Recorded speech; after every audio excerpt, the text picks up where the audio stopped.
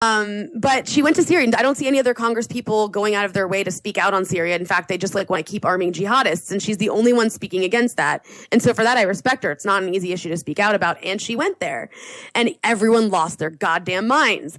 And Michael Weiss writes this piece at the Daily Beast, basically smearing the men that took Tulsi Gabbard to Syria. The organization that paid for it was this Arab American organization in Cleveland, Ohio.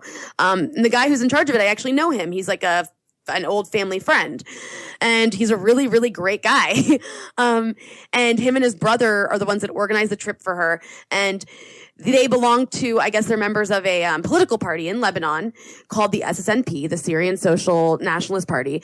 And I mean, I don't agree with all the SSNP politics. It's kind of like an identity-based organization. The whole idea, it's like Arab nationalism, but instead of Arab, it's like Syrian nationalism. We're all Syrian until, that they drew borders to split us up, but really like Lebanon, Palestine, Syria, all of these countries, we're all Syrian. We're all like one people, and that's their thing. And they're very anti-sectarian and very secular.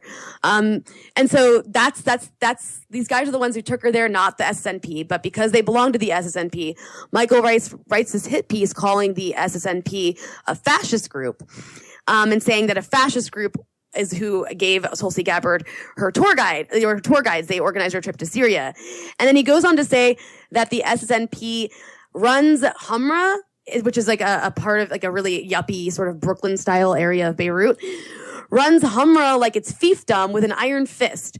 Like that's just pure nonsense. Like I was just there like a couple weeks ago, and there's no iron fist anywhere. There's like an American Eagle, and like a bunch of other stores that come from America. I know there is this massive American Eagle there. I'm just like, what the hell are these people? What is he talking about?